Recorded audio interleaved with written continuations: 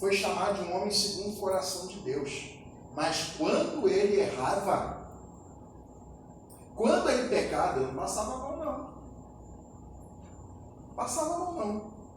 Só que aqui foi passando o tempo. Aí o rei foi falar, vamos lá comigo, vamos embora, vamos lá. Aconteceu. Foi Davi, caminho de 3 dias até chegar lá no campo de batalha. Os homens já estavam pensando, olha, vamos, né? Chegou a hora de ganhar nosso dinheiro, né? Porque eles eram soldados. Soldados vivem de soldo. Eles vivem, né, eles viviam dos despojos, daquilo que eles conquistavam dos inimigos. Ora, temos que ganhar o nosso dinheiro aí, né? Chegaram lá 3 dias de cavalgada, chegando lá. Aí os príncipes dos filisteus, que eram os comandantes, né, do exército, chegou o rei lá com Davi, os seus soldados. Aí os príncipes começaram a olhar assim, aqueles homens mal encarados, né? Com um exército de milhares ali, preparados para atacar Israel. Começaram a olhar. Esse daí não é o tal do Davi, não? Que as mulheres lá em Israel ficavam cantando que Saul derrubava 1000, ele derrubava 10.000? Não é esse daí que nos atacou no passado? Aí o rei foi falando, não, mas Davi está com a gente e tal, muita coisa já rolou já, ele está conosco aqui, mas os generais não aceitaram de jeito não. De jeito nenhum, esse homem aí vai entrar na batalha lá, na hora que a batalha estiver fervendo lá, ele vai se voltar contra a gente, porque ele vai querer se mostrar para o rei Saul. Pode voltar para trás, não quer esse homem daqui não. Tira ele daqui junto com esses homens dele aí. Foi isso que aconteceu. Davi foi humilhado. Humilhado. Por quem? Pelos ímpios. Foi humilhado pelos incrédulos, pelos pagãos. Por quê? Porque ele entrou naquela enrascada aí. E, gente, foi providência de Deus aqueles homens não aceitarem Davi ali. Imagina Davi entrando numa batalha. Que bagunça que era aquilo ali. E aí o que aconteceu? Desse jeito o rei foi falar, Davi, vou pegar suas coisas e voltar, os homens não estão querendo você aqui não. Os generais não querem você aqui não. Pode voltar com seus homens para trás. Cavalgaram 3 dias de viagem. Agora tinha que voltar mais 3 dias para trás. E os homens cansados. Ei, mas que coisa, né? Estão tudo quebrado agora, não tem dinheiro, não tem nada. E agora o que a gente vai falar para as nossas mulheres lá? Estão esperando a gente levar o salário para elas lá? Bom, a situação não estava nada agradável para Davi. Nada agradável. E aí que vem o capítulo nosso aqui, 1 Samuel 30. Davi já chegando, né? Sucedeu coisa que ele chegando, e os seus homens do 3º dia a Ziklag. Ziklag era, né, esse acampamento que Davi tinha feito lá no povo, né, dos filisteus. O que tinha acontecido? Os amalequitas tinham dado com ímpeto contra o sul e Ziklag e queimaram tudo. Queimaram tudo. Imagina a situação quando Davi estava voltando com aqueles homens já desmotivados, humilhados pelo exército dos filisteus. De longe eles começam a chegar, né? E já pensando, né? Estou doido para chegar em casa, ver minha mulher, ver meus filhos, já fiquei tanto tempo fora de casa, tal, estou doido para chegar em casa. E quando os homens de longe, eles começam a ver do lado da vila deles uma fumaça saindo. Só que aquela fumaça não era estranha, aquela fumaça. E os homens se aproximando daquela fumaça, aumentando cada vez mais, e ali eles começaram a cavalgar com mais intensidade e querendo chegar mais depressa. O que está? Olha, a ansiedade começando a bater. Quando os homens chegaram na cidade deles, tudo devastado, tudo destruído, tudo em cinzas. as mulheres não estavam lá, as crianças não estavam lá. E eles entendiam de batalha, eles entenderam, houve uma devastação dos nossos inimigos aqui. Enquanto a gente estava fora lá, tentando ser parceiro dos filisteus. E aqui o diabo fazendo isso daqui com as nossas famílias. Os homens, os amalequitas, os inimigos deles, levaram como escravos as mulheres, as crianças, levaram todos que estavam. Levou todo mundo, não matou ninguém, mas levou tudo como escravo. Tirou todos os bens deles. Houve uma devastação. E o que aconteceu? Quando Davi e os homens viram tudo devastado, que seus filhos tinham sido levados como escravos, Davi e os homens que estavam com ele começaram a gritar de angústia. Gente, aqueles homens eram uma tropa de elite. Aqueles homens estavam acostumados a ver sangue sendo derramado. Aqueles homens estavam acostumados a verem braços, pernas arrancadas, cabeças arrancadas e assim por diante em campos de batalha. Mas aqueles homens foram derrubados por angústia no coração e começaram a chorar que nem menino. Começaram a chorar. Por quê? Porque eles viram a devastação que aconteceu na vida deles. Que devastação! E a gente pode pensar, onde que começou isso? Onde que começou isso? Foi no dia que Davi foi procurar paz aonde? No mundo. Foi procurar paz e sossego no mundo. Achando que os mundanos iam trazer a sua felicidade, o seu sossego e a sua paz. E agora a coisa deu um reverso. Nem foi Saul. Mas tudo mostra que Deus estava permitindo com que Davi enxergasse a besteira que ele estava cometendo na vida dele. Foi fruto das próprias decisões de Davi e seus filhos. E aí aconteceu que Davi, versículo 6, muito se angustiou, pois o povo falava de apedrejá-lo, porque todos estavam em amargura, cada um por causa de seus filhos e de suas filhas. E queriam matar, descarregar tudo em Davi. Isso acontece, amados, muitas vezes, quando as pessoas elas tomam as decisões erradas nas suas vidas, elas sempre querem colocar a culpa em alguém. Sempre querem colocar a culpa em alguém. Davi teve a sua parcela de culpa, mas todos ali foram culpados. Todos ali. E aconteceu que, nessa situação de crise, é muito fácil, às vezes, as pessoas elas procurarem alguém para jogar a sua mágoa, a sua amargura, descarregar. Às vezes tem, né, as pessoas falam, o culpado é a igreja, o culpado é meu esposo, o culpado é minha esposa, e assim por diante e tal. E aqui nós vamos ver agora, amados.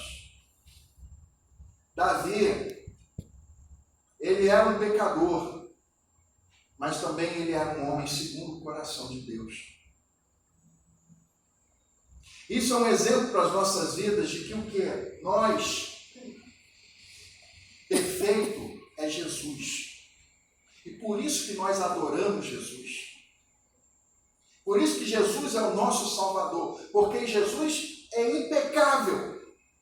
Nós não adoramos Davi, nós não adoramos Pedro, nós não adoramos Maria, não adoramos nenhuma outra pessoa, porque todos são pecadores. Nós adoramos Jesus. Davi era um pecador como qualquer um de nós. Mas tem uma coisa aqui que diferenciava Davi dos outros. Você não está vendo aqui Davi colocando a culpa em qualquer pessoa. Isso era a diferença de Davi em relação aos outros. Era diferente de Saul, que quando pecava não se arrependia, que tentava se justificar e se afastava cada vez mais de Deus. E Davi não foi que nem os seus homens comandados por ele, que não ficou olhando para um lado para o outro, pensando: quem que eu vou colocar a culpa? Vou colocar a culpa em Deus? Talvez ele poderia falar: Senhor, eu vim para aqui porque Saul não parava de me perseguir lá. Saul ficava no meu pé o tempo todo, desde que o Senhor falou que eu seria o rei de Israel. Eu não procurei isso na minha vida. Ele não fez isso. Ele não fez isso. Como que é você? Problemas, dificuldades acontecendo na vida, você vai procurar alguém para culpar? Ouve uma mensagem, já fica pensando na outra pessoa, não pensa em si mesmo?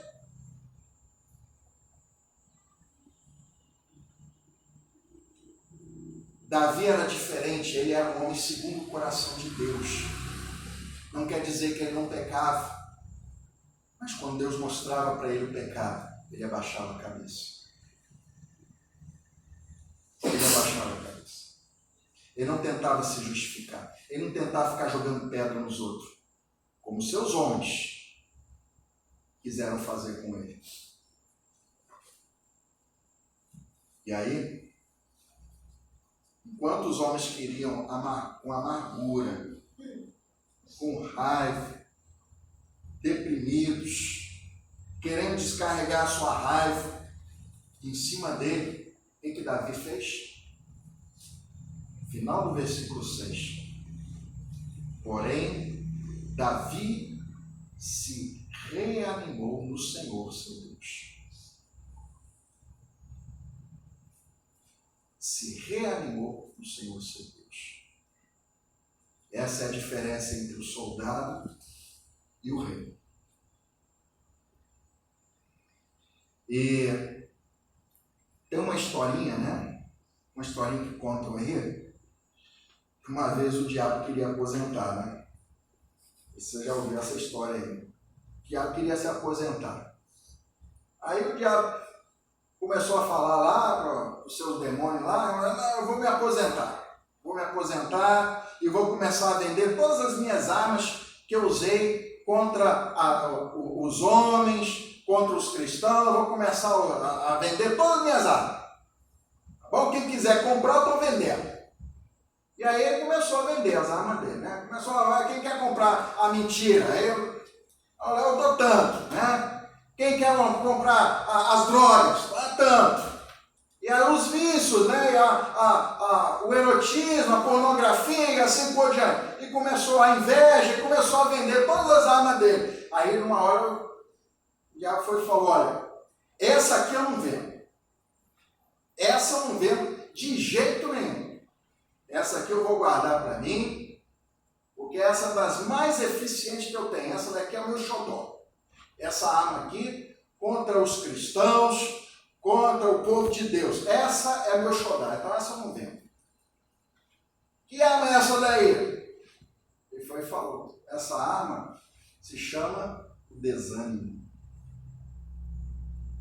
O desânimo. Essa das armas mais eficientes que Satanás lança em cima dos cristãos. Quando o crente desanima, ele perde a sua fé, ele perde a sua vontade, ele não quer fazer mais nada, ele se entrega facilmente, ele não tem poder de combate, ele não incomoda em nada Satanás, em nada, não dá trabalho nenhum para ele. Meus irmãos, muito cuidado, porque as lutas na nossa vida trazem desânimo. Não tem uma pessoa que possa dizer, eu já me senti desanimado. Na nossa vida nós vamos ter muitos momentos como esse, de estar beirando ali, né, o desânimo, querer se entregar para ele. Mas nós temos aqui um exemplo de um homem segundo o coração de Deus. Porém, Davi se reanimou no Senhor seu Deus. Essa palavra aqui, se reanimou, significa ele se agarrou nas vestes de Deus. É aquela pessoa que está cambaleando e se segura nas vestes de alguém para não cair. Davi correu para os braços do Senhor. Foi isso que ele fez. Ele não correu da igreja, ele não correu do povo de Deus, ele não correu da Bíblia, não correu da oração, ele correu para Deus. Ele se segurou no Senhor. E essa foi a diferença dele para os outros. Por isso ele foi rei, e os outros não. Disse Davi a Abiatar, o sacerdote, filho de Aimeleque. O que ele disse? Traze-me aqui a estola sacerdotal. E Abiatar a trouxe a Davi. Então consultou Davi o Senhor, dizendo, perseguirei eu o bando? Primeira pergunta. Segunda pergunta. Alcançá-lo-ei? Ou seja, ele estava perguntando, meu exército vai ter condições de suportar isso daí, essa jornada? Senhor. Duas perguntas. Eu tenho que ir e se nós vamos suportar? Respondeu-lhe o Senhor, persegue-o, porque de fato o alcançarás e tudo libertarás. O que ele fez? Chamou o sacerdote vestiu a estola sacerdotal, nós vimos hoje qual era a figura. Ele vestiu a estola sacerdotal, pegou as duas pedras da estola sacerdotal, que era o Urim e Tumim, e ali o Senhor revelou, através daquela ação espiritual que os sacerdotes faziam diante de Deus, o Senhor deu a resposta. Davi fez isso antes de sair de Judá? Não. Ele não fez isso. E deu no que deu. Mas agora ele aprendeu. Ele aprendeu que precisa consultar a vontade de Deus. Nós sabemos que Jesus é o nosso sumo sacerdote. Temos decisões para tomar em nossa vida. O que a gente vai fazer? Pedir para Jesus. Nós vamos orar para Jesus. Nós vamos orar para Jesus, pedir ao Senhor orientação para o nosso caminho. E o Senhor estará guiando a nossa vida. Quantos crentes dão burrada na sua vida? Fazem burrada. Bagunça a família toda. Porque toma decisão sem pensar na vontade de Deus. Só pensando no seu conforto. Só pensando na sua necessidade ali, né, circunstancial. Se eu vou ganhar mais dinheiro, né?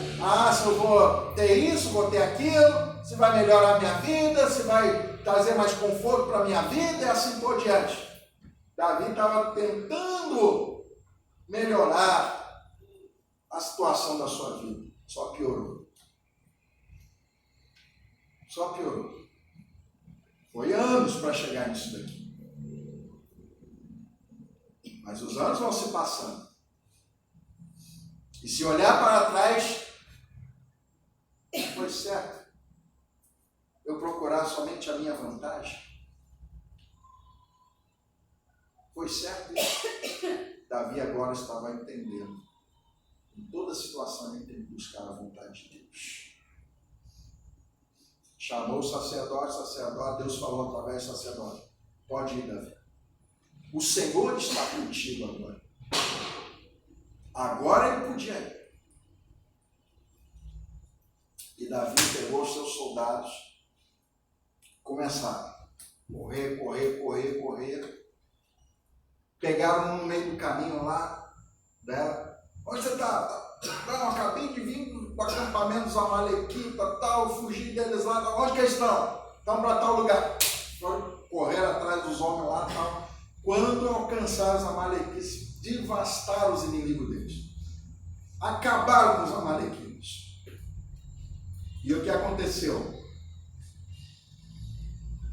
O Senhor abençoou tanto aquela batalha que nenhuma mulher morreu, nenhuma criança deles morreu. Todos voltaram intactos, pegaram as coisas deles de volta e ainda pegaram as coisas dos amalequitas. Colocou todos eles para correr. Aquilo que eles não conseguiram na guerra lá dos filisteus lá, eles conseguiram muito mais na guerra contra os amalequitas que atacaram eles. Agora foi uma batalha justa. Na orientação do Senhor. E essa é a lição que nós temos, irmãos. A lição que nós temos é o quê? Andando nos caminhos do reino de Deus, nós vamos ter lutas. Vai ter Saul da vida para perseguir, pegar no nosso pé. Vamos ter as dificuldades, mas não vai terá o pote do diabo no mundo. Porque senão vai ser humilhado. Vai ser humilhado. E quando o Senhor mostrar o mal, as más decisões que tomamos, o pecado que nós nos entregamos, no caso de Davi foi a mentira, foi a desconfiança de Deus, que não confiou em Deus. Quando nós enxergarmos nossos pecados, não é ficar tentando tacar pedra nos outros, mas é ter a mesma atitude deste servo de Deus aqui, que abaixou a sua cabeça e pediu: Senhor, me dá a sua orientação.